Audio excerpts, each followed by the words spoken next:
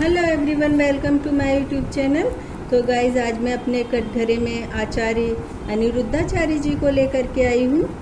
और अनिरुद्धाचार्य जी का जन्म जबलपुर में 1989 में हुआ था और ये एक ब्राह्मण परिवार से हैं। और इनके घर की आर्थिक स्थिति बहुत ज़्यादा ख़राब थी, तो 5वीं-6वीं क्लास में ही इन्होंने पढ़ाई बंद कर दी थी और वृंदावन आकर रहने लगे। और आश्रम में रहकर इन्होंने वेद, पुराण, कथा और भागवत गीता एवं शास्त्रार्थ की शिक्षा प्राप्त की।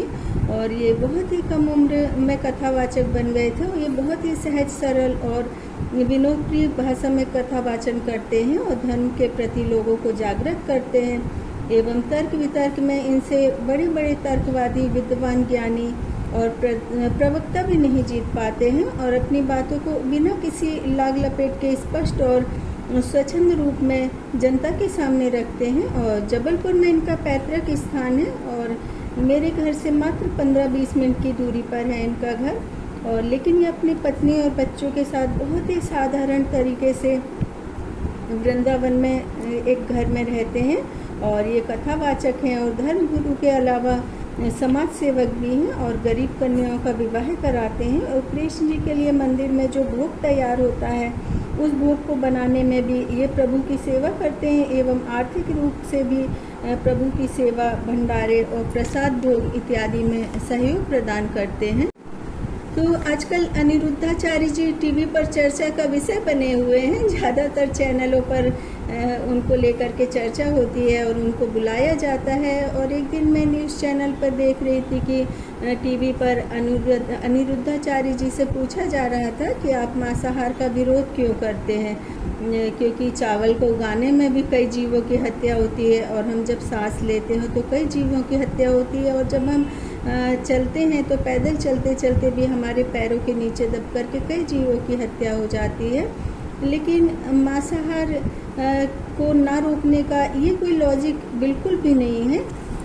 तो मांसाहार का मतलब एक मृत या जीवित जीव को लाना और उसके अपने रसोई घर में रखना, फिर उसको धोना, उसके बाद रसोई के बर्तन में पकाना और फिर पके हुए मीट को स्टोर करके 20-20 लाख के फ्रिज में रखना। तो जितना भी समय इस क्रिया को करने में लगता है, तो उस वक्त हम हत्या की साजिश, हत्या का कृत्य और हत्या का विचार कर रहे होते हैं। और फिर उस मांस को खाकर जो विचार पनपते हैं वो भी हत्या के विचार को ही जन्म देते हैं। आपने देखा होगा कि कोई पति अपनी पत्नी की हत्या करके अपने घिनौने अपराध से बचने के लिए उसके छोटे छोटे टुकड़े करके पॉलीथीन में पैक करके फ्रिज में रख देता है। फिर ठीक उसी तरह से थोड़े थोड़े टुकड़े रोज फेंक करके आता है रात के अंधेरे में अपने अपराध से बचने के लिए कि किसी को पता न चले।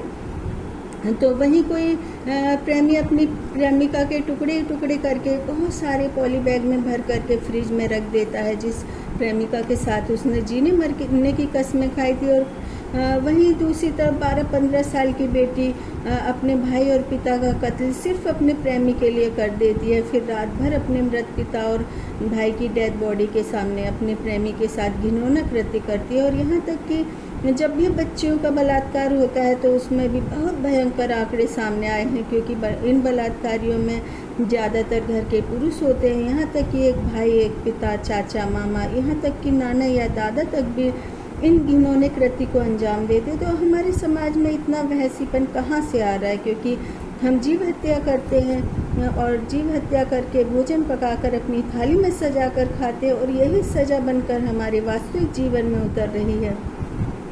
परिणाम स्वरूप सामने खड़ी हर बच्ची को एक व्यसन के रूप में देखा जाता है, क्योंकि जो मांसाहार का प्रयोग करते हैं, अत्यधिक मदिरा पान या नशा करते हैं, तो उनका विवेक खो जाता है।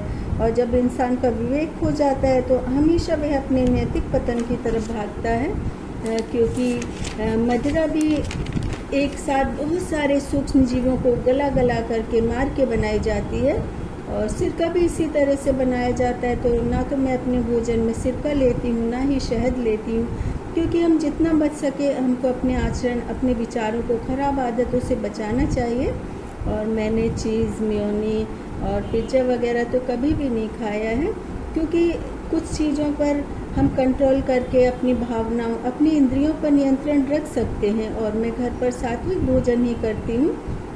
क्योंकि यदि हम अपने जीवन में गलत आचरण को त्यागना चाहते हैं तो सबसे पहले हमको अपने विवेक, अपने आचरण पर नियंत्रण रखना होगा। क्योंकि कोई भी बुरी आदत आप सिर्फ ध्यान, योगा या भगवान की थोड़ी सी सेवा से छोड़ सकते हैं। क्योंकि ध्यान, योगा और ईश्वर की पूजा हमको दुख सहने, हमारी बुरी आदतों को छुड़ाने का एकमात्र माध्यम है। क्योंकि ईश्वर की पूजा हमको हमसे मिलवाती है, जिससे कि हमारे अंदर का अहंकार, विवेकहीनता कोने में छुप कर बैठ जाती है और हमको हमारे अंदर की बुराइयों को सर्फ अल्ट्रा की तरह वश करने का अवसर प्रदान करती है।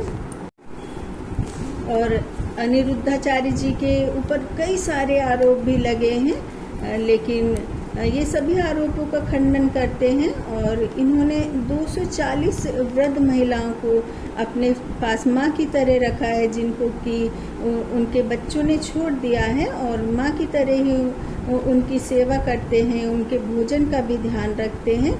और पत्रकारों ने उनका घर देखा तो नीचे वाले फ्लोर में वृद्ध महिलाओं के कमरे हैं और ऊपर वाले फ्लोर में अनिरुद्धाचार्य जी खुद रहते हैं। तो पत्रकारों को लगा कि इतने बड़े कथावाचक है तो बड़े ठाट बाट होंगे, लेकिन उनके कमरे से लेकर पलंग बिस्तर तक वृद्ध महिलाओं के कमरे और बिस्तर की तरह एकदम था। और यहाँ तक कि कपड़े रखने के लिए कबर्ड भी नहीं थी। दरवाजे के पीछे एक छोटी सी रैक थी और उसमें आचार्य जी के कई साल पुराने कपड़े रखे हुए थे।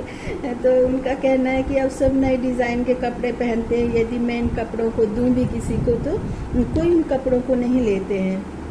और उनके न्यूज़ चैनल पर कई मुद्दों और उनसे न्यूज़ चैनल पर कई मुद्दों पर बात की जाती है, जैसे कि एक ही जाति में क्यों विवाह करना चाहिए। क्योंकि ये जो जाति और धर्म का वर्गीकरण है एक सभ्य और सुरक्षित समाज के लिए किया गया। और यदि विवाह इसी तरह से अलग अलग जाति में हुए तो इस तरह से जाति का बंटवारा हुआ तो एक दिन हमारे देश के बंटवारे की भी नौबत आ जाएगी।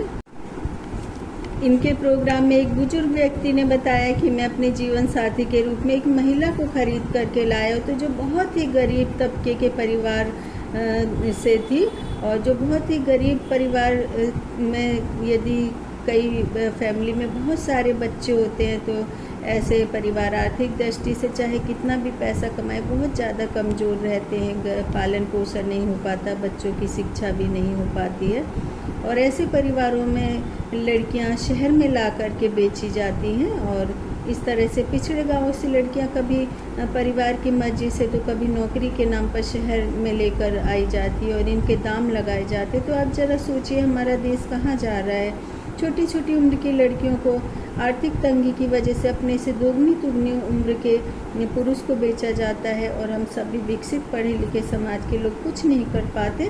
तो इनके सत्संग एवं कथावाचन में समाज की बुराइयों, कुरीतियों जैसे विचारों को भी उजागर किया जाता है।